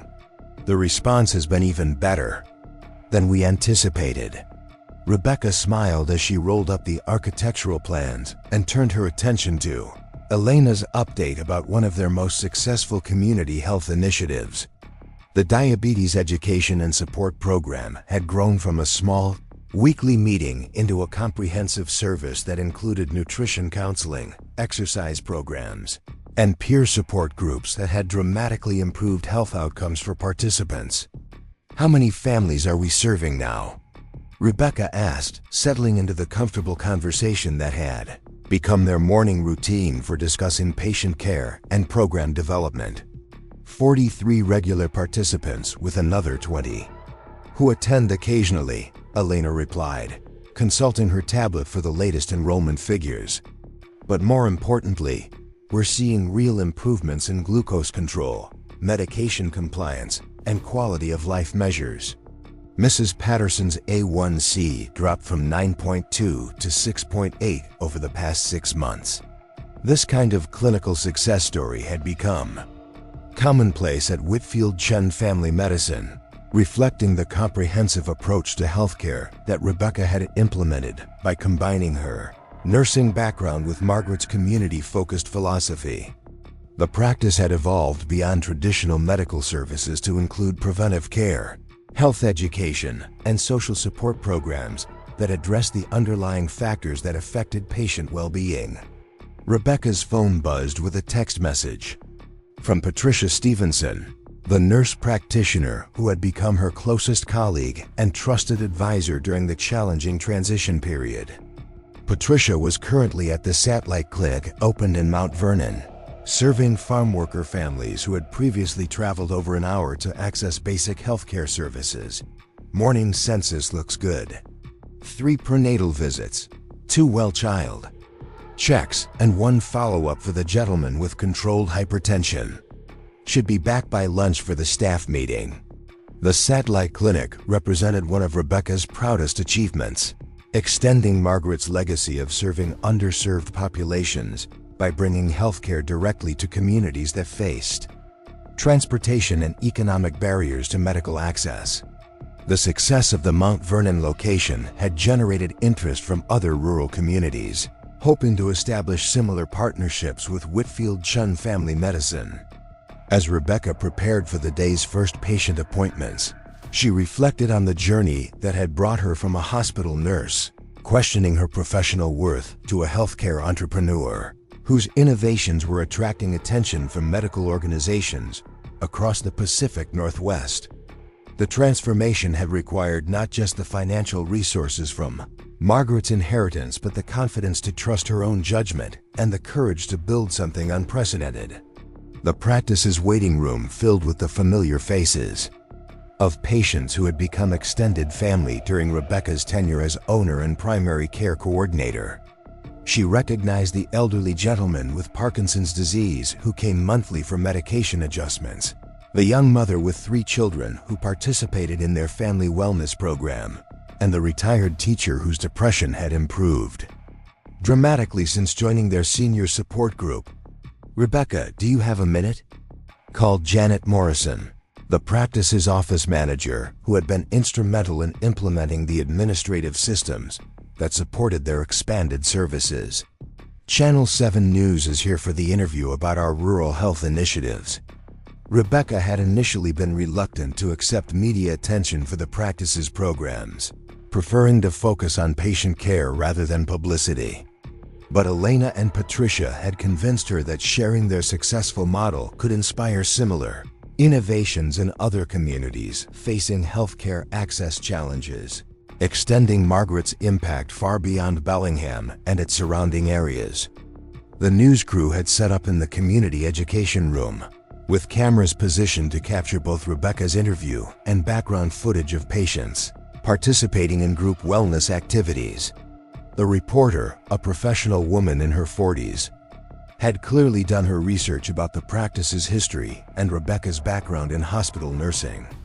"Dr. Chen, your transition from hospital nursing to owning and operating a comprehensive medical practice represents an unusual career path," the reporter began, using the honorary title that patients and colleagues had naturally adopted despite Rebecca's nursing rather than medical degree.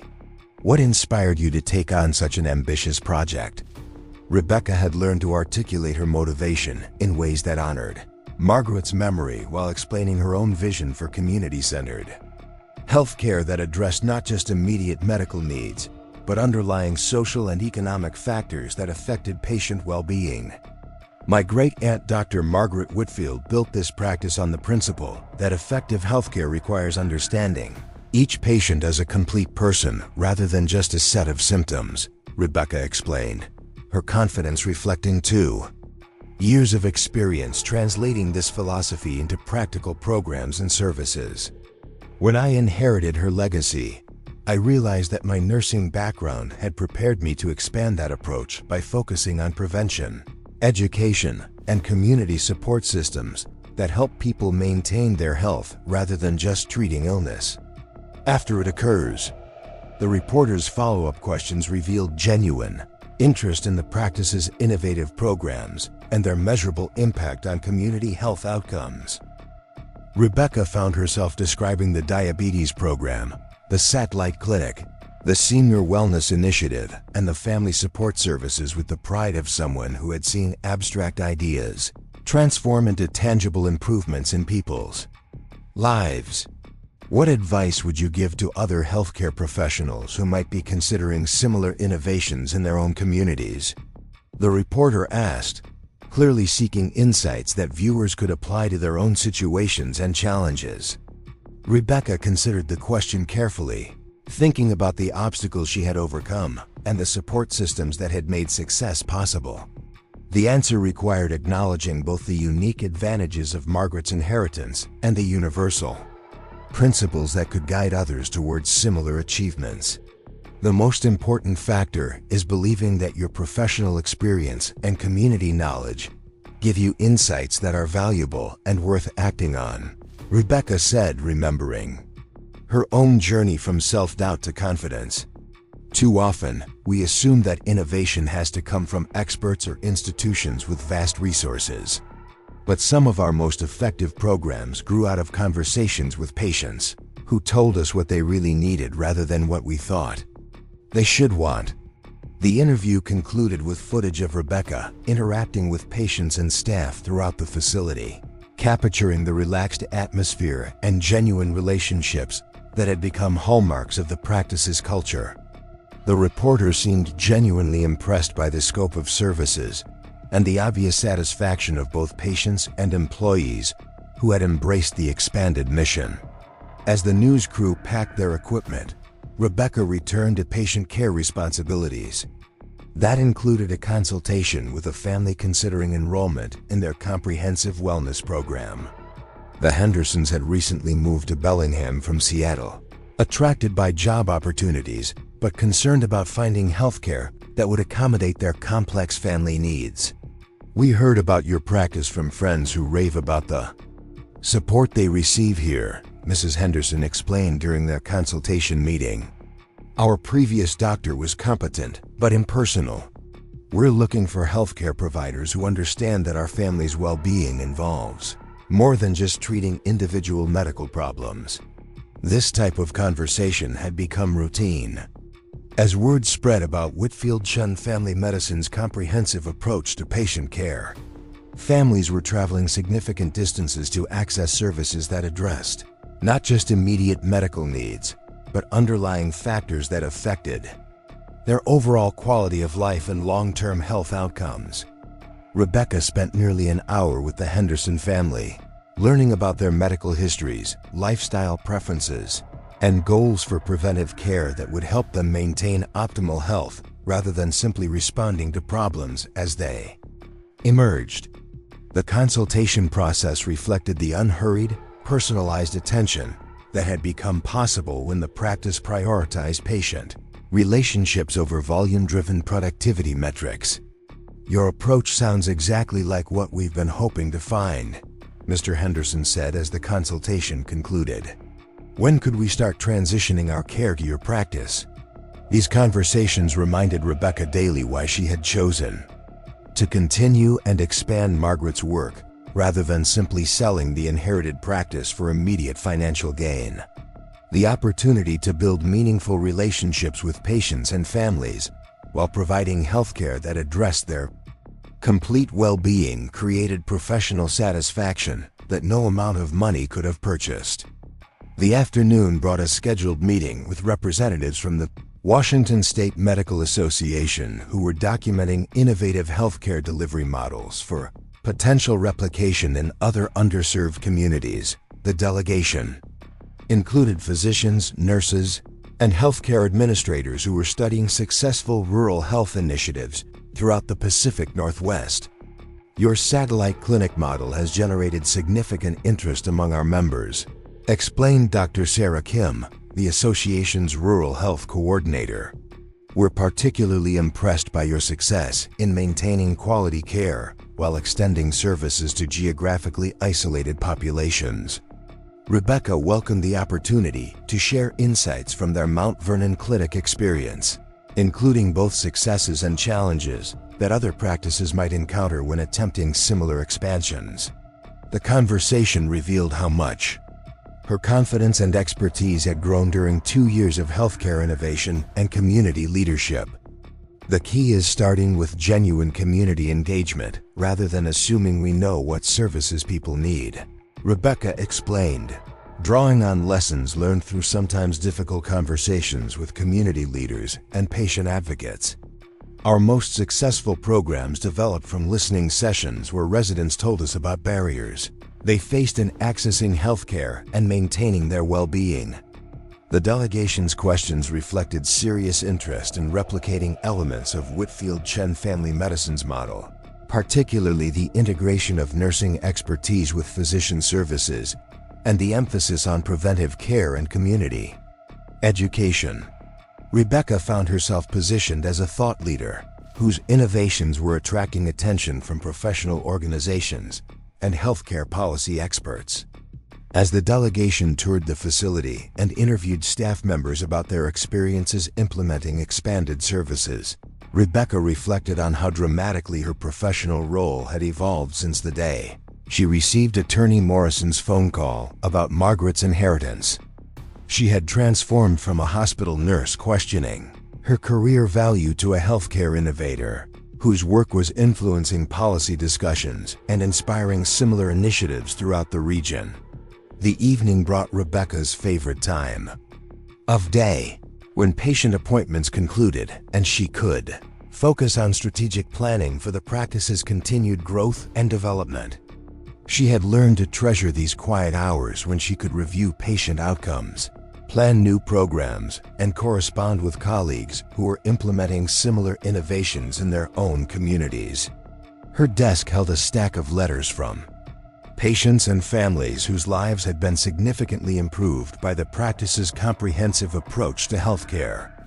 These personal testimonials provided more meaningful validation than any professional recognition or media coverage, representing real people whose well-being had been enhanced by Margaret's legacy and Rebecca's vision for expanding its impact.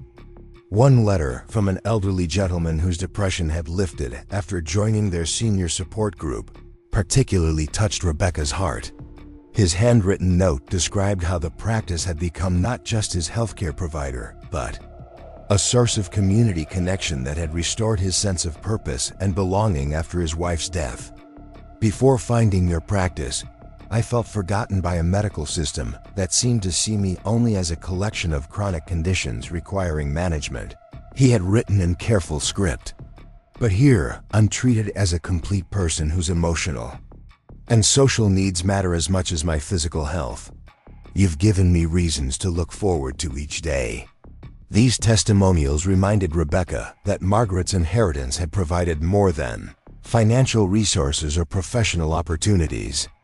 It had given her the chance to build a career that honored her deepest values while creating tangible improvements in people's lives during their most vulnerable moments.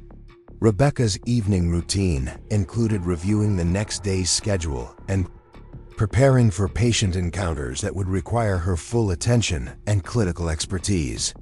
Tomorrow would bring a complex case consultation, a community health workshop, and a planning meeting for the Wellness Center construction project. That would complete the practice's transformation into a comprehensive healthcare campus. As she locked the practice's front door and walked to her car in the employee parking lot, Rebecca paused to look back at the building that had become the center of her professional and personal identity. The warm lights glowing through the windows created an inviting atmosphere that reflected the welcoming culture she and her staff had worked to cultivate throughout the facility. The drive home to Margaret's Victorian house provided time for reflection on the day's accomplishments and challenges, as well as anticipation for tomorrow's opportunities to serve patients and advance community health initiatives. The familiar route through Bellingham's residential neighborhoods reminded Rebecca of the community connections she had built during 2 years of dedicated service to local families and individuals. Margaret's house had become a true home during Rebecca's tenure as practice owner, filled with comfortable furniture, medical journals, and community health resources that supported both her professional development and personal relaxation. The wraparound porch where she often spent evenings planning new programs provided the perfect setting for contemplating the future direction of her work and its potential impact on regional healthcare delivery. That evening, as Rebecca reviewed architectural plans for the Wellness Center while enjoying tea on Margaret's porch, her phone rang with a call from Dr. Williams, her former supervisor at Pacific Northwest Medical Center. The conversation provided an unexpected opportunity to reflect on how much her professional circumstances had changed since leaving hospital nursing. "Rebecca, I wanted to congratulate you on the news coverage about your practice innovations," Dr. Williams said warmly. "We've been following your work with great interest, and several of our nurses have asked about opportunities to visit your facility and learn from your programs." This invitation to share her expertise with former colleagues represented a full circle moment that validated Rebecca's decision to trust Margaret's confidence in her abilities rather than accepting Michael's limitations on her potential. The hospital that had once been her entire professional world now sought her knowledge and experience as a healthcare innovator and community leader. "I'd be delighted to host visits from your nursing staff," Rebecca replied, genuinely excited about opportunities to share insights with colleagues who are considering their own career development paths. "We've learned so much about integrating nursing expertise with comprehensive patient care, and I'd love to discuss how these approaches might benefit hospital-based practice as well." The conversation continued with Dr. Williams describing specific challenges that Pacific Northwest Medical Center faced in providing continuity of care for patients after hospital discharge, particularly those with complex social and economic needs that affected their ability to maintain their health independently. "Your satellite clinic model seems particularly relevant to our patient population," Dr. Williams explained. "Many of our patients travel significant distances for hospital care, but they struggle to access follow-up services in their home communities. We're wondering if some kind of partnership might benefit both organizations. Rebecca found herself engaging in the kind of strategic healthcare planning conversation that would have seemed impossible during her days as a hospital staff nurse. The discussion revealed how much her expertise and professional credibility had grown through 2 years of successful practice ownership and community health innovation. As the call concluded with tentative plans for exploring collaborative opportunities, Rebecca realized that Margaret's inheritance had given her not just a medical practice, but a platform for influencing healthcare delivery throughout the region.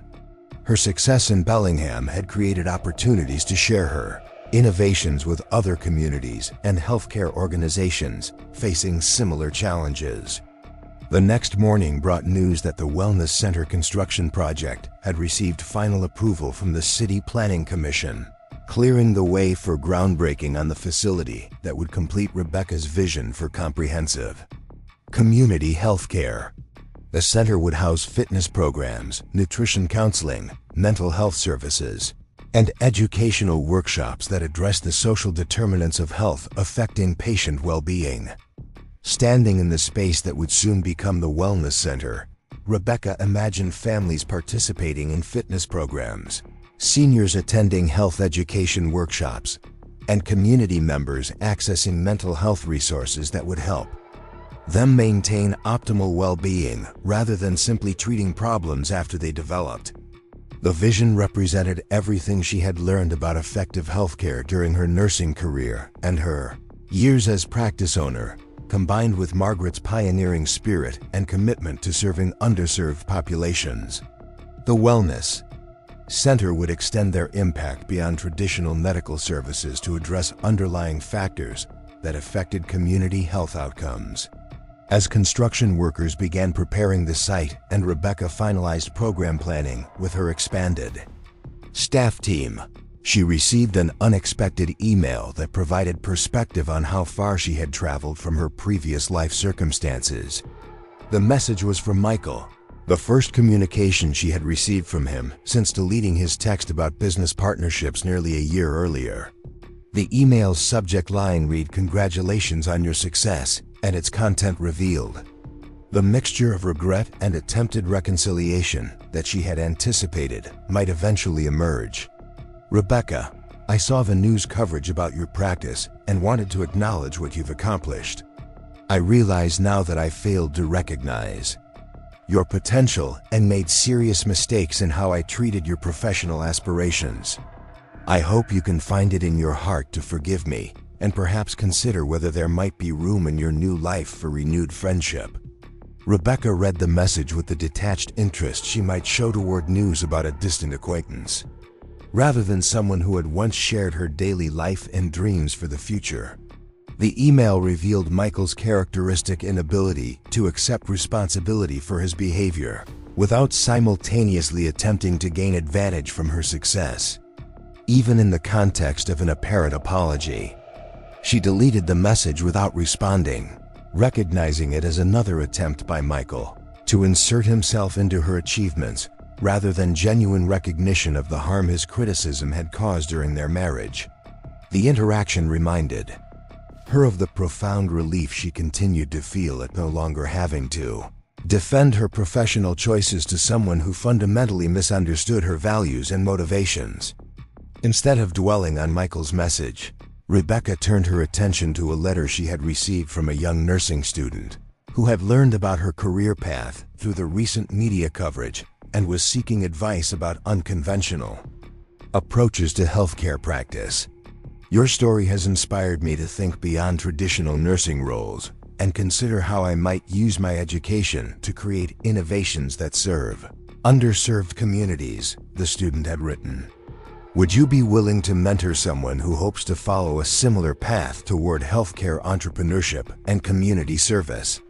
This request represented the kind of opportunity that gave Rebecca's work meaning beyond her immediate impact on patients and families in the Bellingham area.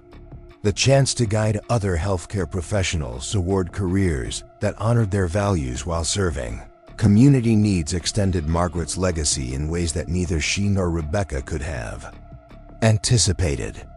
Rebecca drafted a response inviting the student to visit Whitfield Chen family medicine for a week-long observation experience that would provide first-hand exposure to innovative healthcare delivery models and community engagement strategies. These mentoring opportunities had become an important aspect of her work, helping other nurses and healthcare professionals envision careers that combined clinical expertise with entrepreneurial innovation.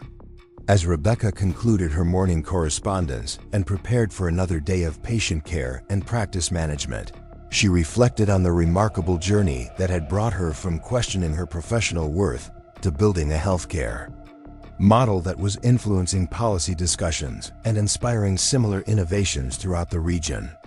Margaret's inheritance had provided the financial foundation for this transformation, but Rebecca understood that the real gift had been the confidence to trust her own judgment and the courage to build something that reflected her deepest values, rather than conforming to others' expectations or limitations. Standing in the lobby of Whitfield Chen Family Medicine, surrounded by the comfortable furniture and warm lighting that created a welcoming atmosphere for patients and families, Rebecca felt profound gratitude for the opportunity to honor Margaret's legacy while creating her own lasting impact on community health and well-being. The practice had become more than a medical facility. It was a demonstration of what became possible when healthcare professionals were empowered to innovate based on their clinical expertise and community knowledge rather than being constrained by traditional institutional limitations or others' narrow definitions of professional success. As patients began arriving for their appointments and staff members settled into their daily routines of providing comprehensive, compassionate care, Rebecca prepared for another day of meaningful work that validated Margaret's confidence in her abilities while creating lasting improvements in people's lives.